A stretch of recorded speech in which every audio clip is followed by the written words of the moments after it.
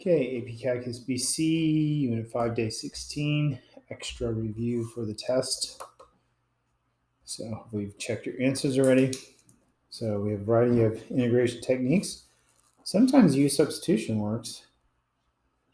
I find it helpful to rewrite these trig like that. So I think U equals sine 2x looks promising. Du equals 2 cosine 2x, got chain rule there. Don't want the 2. I'm going to rewrite it as 1/2 u squared du. So that's going to be 1/2 u cubed over 3 plus c. So that's going to be 1/6 sine cubed 2x plus c. All right. Number 2, this regular U substitution is not going to work. Like just straightforward. But maybe that gets you thinking if this was something cubed. Oh, this could be inverse tangent. But here's the deal. I think we want to factor the 9 out first. So this is going to become over 9. That's going to become a 1. And this will be something squared, be x cubed over 3. So u equals x cubed over 3. Du equals x squared dx. So we're going to rewrite it 1/9 du over u squared plus 1. So that's 1/9 inverse tangent of u plus c. So that's 1/9 inverse tangent of x cubed over 3 plus c. Okay, next one. U substitution is not going to work. Nonpartial fraction is degree of the top is bigger, so I think we need to start with long division. So x cubed plus 0x squared plus 0x plus 0 divided by x squared plus 0x plus 1.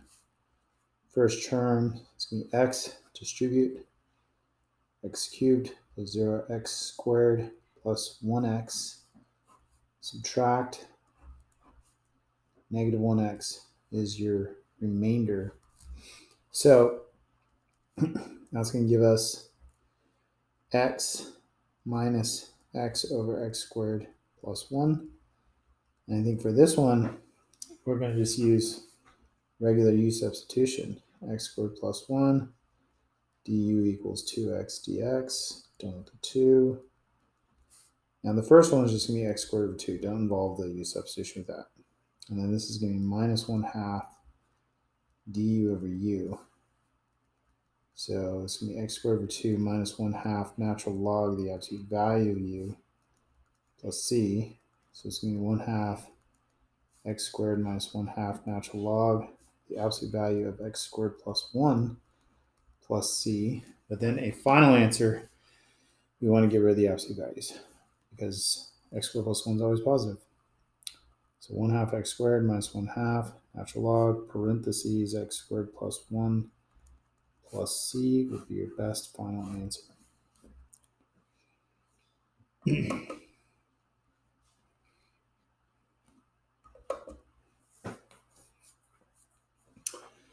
Okay, next one. Maybe this one we use partial fractions, x plus 4, x plus 4. This is going to be a special case, repeated factor. So it's going to be a over x plus 4 plus b over x plus 4 squared. So we'll multiply 3 by the least common denominator. We're not going to be able to get rid of the b. So get rid of the a, find the b. Negative 12 plus 10 is negative 2. b equals negative 2. And we'll plug that in and then plug where we wanted for x to find a. I think I'm going to go with negative 3. So that's going to be negative 9 plus that's going to be 1 equals a minus 2. A equals 3. So we're going to rewrite this. 3 dx over x plus 4 minus 2 dx over x plus 4 squared And let's see, need a penny.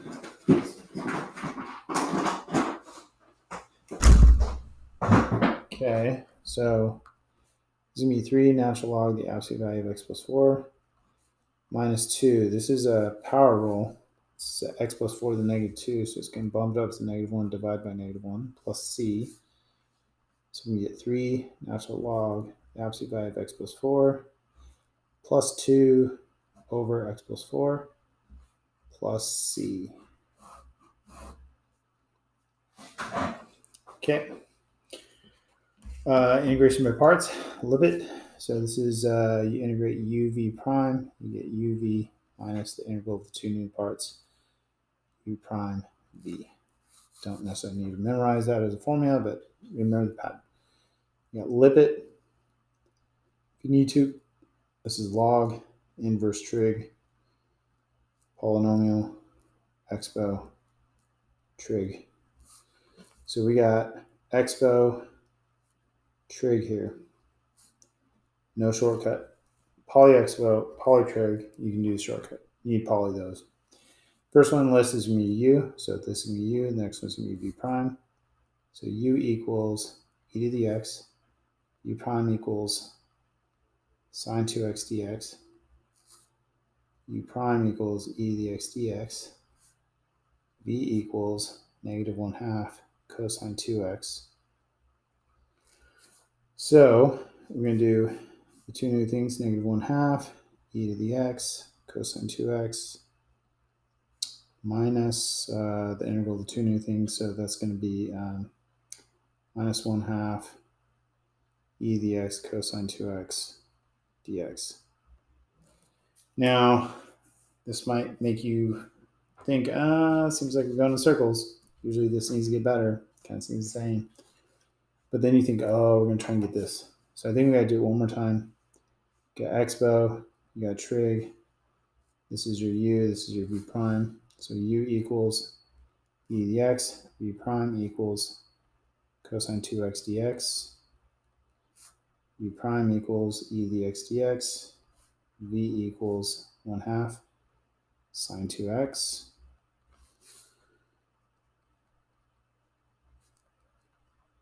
You gotta be careful here. There's a plus 1/2 that has to be distributed to all of this. So that's going to be a 1/2 e to the x sine 2x for uv minus these two, 1/2 e to the x sine 2x dx. And then you got to distribute this 1/2. Now we're going to move this guy to the other side. That's a negative 1/4, so we need to add 1/4. So we're going to get 5/4 e to the x sine 2x dx on the left-hand side. Because we have 1 plus 1/4 is 5/4 equals negative 1/2 e to the x cosine 2x plus 1/4 e to the x sine 2x plus c. So I'm going to multiply both sides, divide both sides, whatever.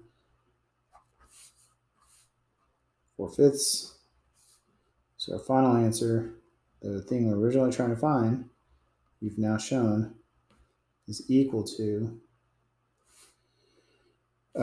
negative 2/5 e to the x cosine 2x plus 1/5 e to the x sine 2x plus c.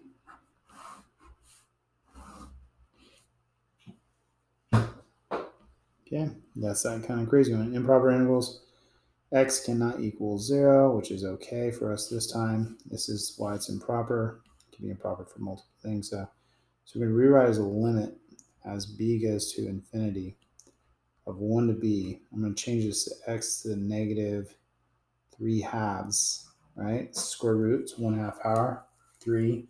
It's all in the denominator, it's negative. So that's going to equal limit as b goes to infinity. Antiderivative is going to be x to the negative 1/2 divided by the new exponent. Probably rewrite it a little nicer. That's negative 2 over the square root of x.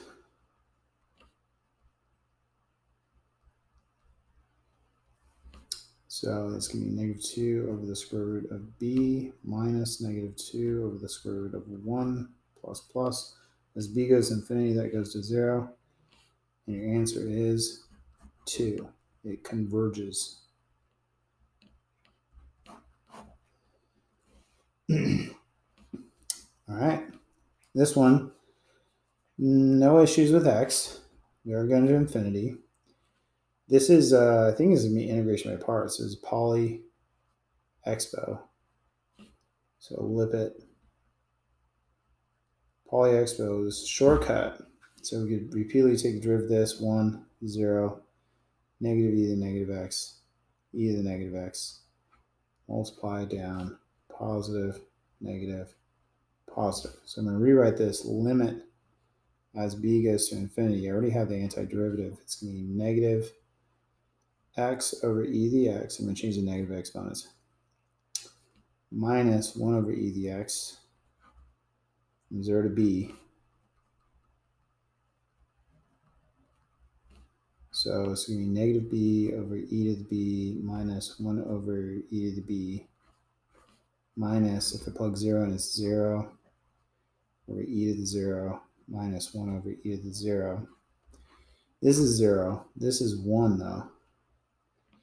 As b goes to infinity, this guy goes to 0 for sure. This is infinity over infinity, but the bottom is dominant. I mean, technically use L'Hopital's rule. But, so the answer is just going to be 1. It converges to 1.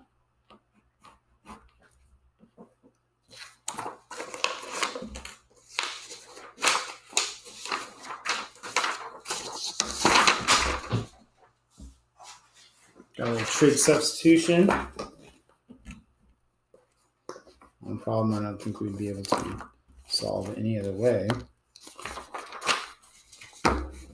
So trig substitution, we're trying to get these, trying to bring in those trig relationships. Sine squared plus cosine squared equals 1. From here, you could say, all right, well, cosine squared equals 1 minus sine squared, or the other way around. Sine squared equals 1 minus cosine squared. And if you divide everything by cosine, you get tangent. And another version of that might be, tangent squared equals secant squared minus 1.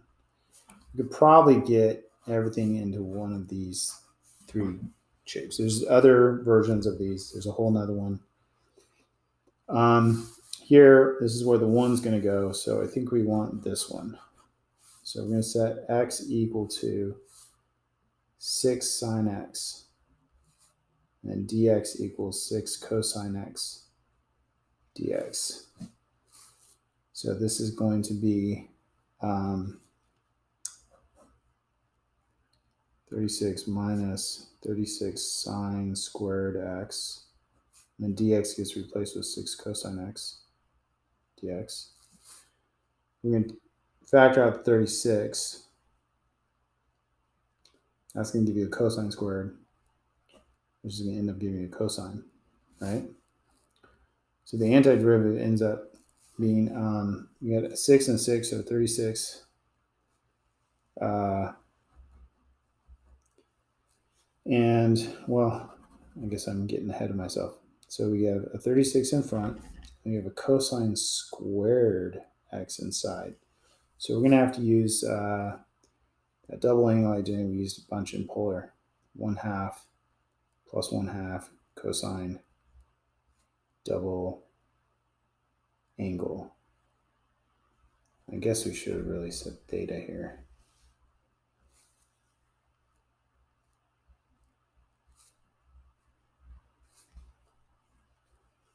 Okay, so this we can figure out. It's going to be 1/2 theta plus 1/4 sine 2 theta. And it's going to go from 0 to 3. But these are x values, so we still got to change this. So we should change it back in the terms of x. So I mean, we could distribute this. So it's going to be 18. Now, this goes back to the way we defined it. We said that x equals 6 sine theta. So sine theta equals x over 6, which is opposite over hypotenuse. We draw a picture. So anyways, theta equals inverse sine of x over 6. And so here's theta, opposite hypotenuse is 6, so this is going to be 36 minus x squared. So we're going to put inverse sine of x over 6 right here, plus 9. Now we have to use another trig identity here. Sine 2 theta is the same thing as 2 sine theta cosine theta. That's doubling over sine. So we have another 2. Sine is going to be x over 6. Cosine is going to be adjacent, square root of 36 minus x squared over hypotenuse 6. So we're getting closer. So here,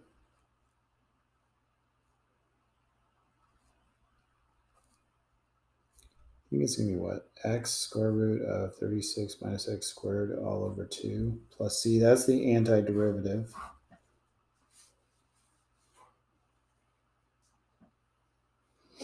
And then to evaluate the definite interval, we're going to plug values into this, the limits.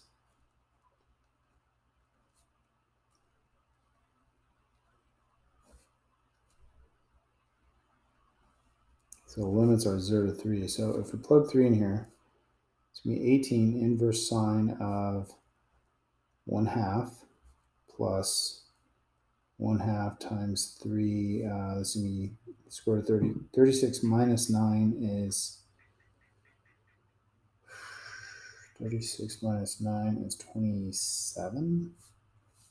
And then if we plug 0 in, it's going to be 18 inverse of 0 plus 1/2 times 0 times the square root of 36. So what angle do you plug in principal values into sine to get 0? 0, 0. What angle do you plug into sine to get 1/2? Positive has got to be first quadrant. It's going to be pi over 6, right? Pi over 6. We could simplify this, take a square root of 9 out. So we get 3 pi plus 9 root 3 over 2. That was fun. Okay, a couple of related rates problems. Sarah left AG, drove due east at a constant rate 200 miles in 4 hours. 1 hour after Sarah left AG, Greg left for AG from town 320 miles south of AG at a constant rate of 60 miles per hour. How fast is the distance between them changing? 3 hours after Sarah left. So Sarah left AG and is driving due east. So we'll say Sarah, AG, and then Greg is driving towards AG from town due south. So he's going this way. All right, and there's the distance between them. Let's see. Due east at a constant rate to travel 200. Okay, so Sarah traveled 200 miles in 4 hours, which puts her at 50 miles per hour. 50 miles per hour. And 1 hour after, okay, Sarah left AG, Jersey, constant rate to travel 200 miles in 4 hours. 1 hour after Sarah left AG, Greg left the town 320 miles south. So it's 320. And it's going to say 3 hours after Sarah left AG.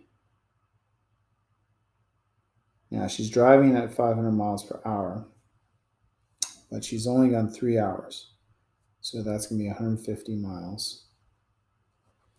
Greg, we got to figure out, she's gone for 3 hours, and Greg left 1 hour after. So this is 3 hours. Greg's been going for 2 hours at 60 miles per hour. So that's gonna be 100. He went 120, but he started 320. So there's 200 left for him, right? Now we got to create some variables. I'm going to call this A, B, C. So this is going to be dA dt. It's going to be negative because A is getting shorter. This is going to be dB dt according to my variables plus, and we're trying to find dC dt. So I think the basic relationship is a Pythagorean theorem, a squared plus b squared equals c squared. Nothing's constant, so you can't plug anything in yet. So it's going to be 2a dA dt plus 2b dB dt equals 2c dC dt. This is what we want. Now a is 200. dA dt is negative 60. B is 150. dB dt is positive 50. We don't have C yet, so we got to figure out what C is, which we're going to get from the Pythagorean theorem. So a squared, 200 squared, plus b squared, 150 squared, equals c squared. So that's 4 zeros after it. 15 times 15 is 225 with 2 zeros after it. 1, 2, 3, 4. So this is going to be 6625 c squared, square root of both sides, plus or minus. It's going to be 250. So show that work clearly, labeled, make it easy. Okay. Now we got to clean it up. So that's going to be 400. 4 times 6 is 24. 0, 0, 0, negative. Plus 10, it's 150 with 2 more zeros.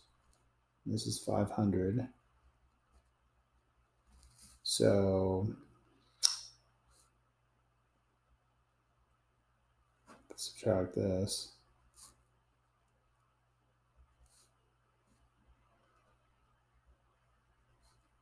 And it's going to come out negative. So we're going to divide by 500. 5 goes in 18 times. Negative 18, the units are distance, miles over time, hours.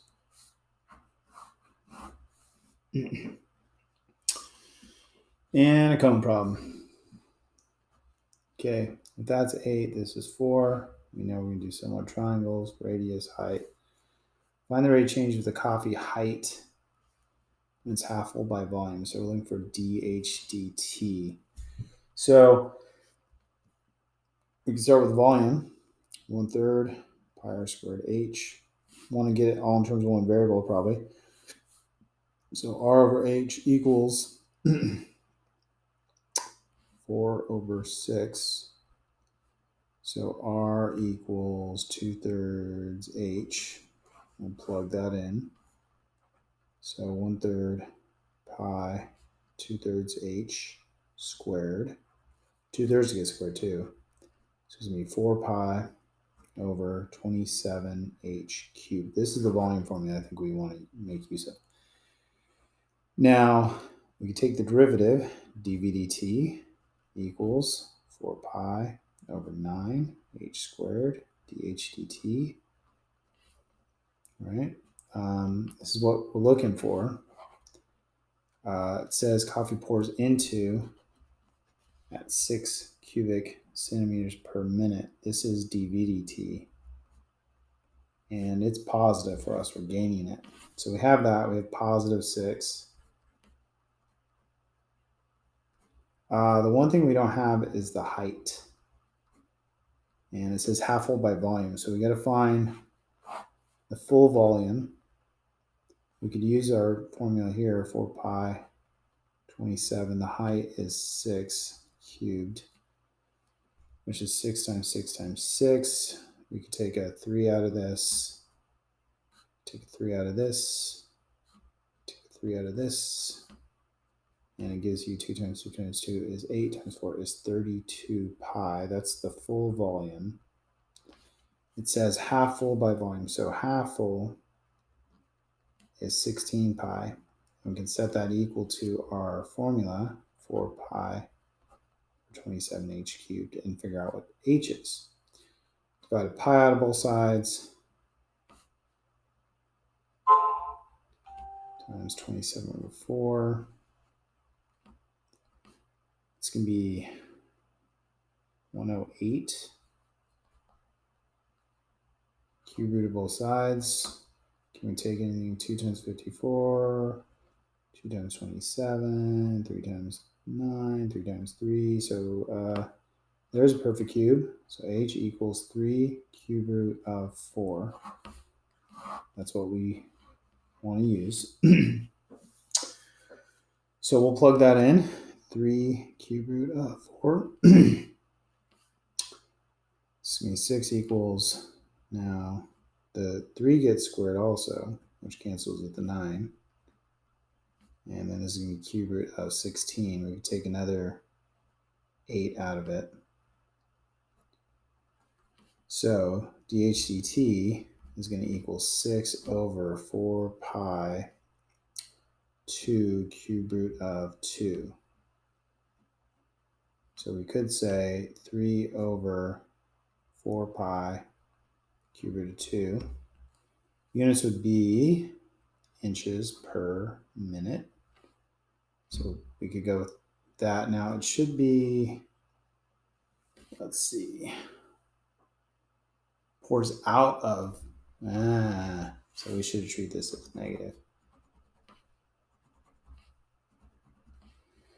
We could rationalize the denominator, multiply by cube root of 4. And we would get negative 3 cube root of 4 over 8 pi. That's another possible answer. So, there you go. Watch out for street lamps and tightrope walkers. Ooh. Okay. Anyways, good practice. Get ready for your test.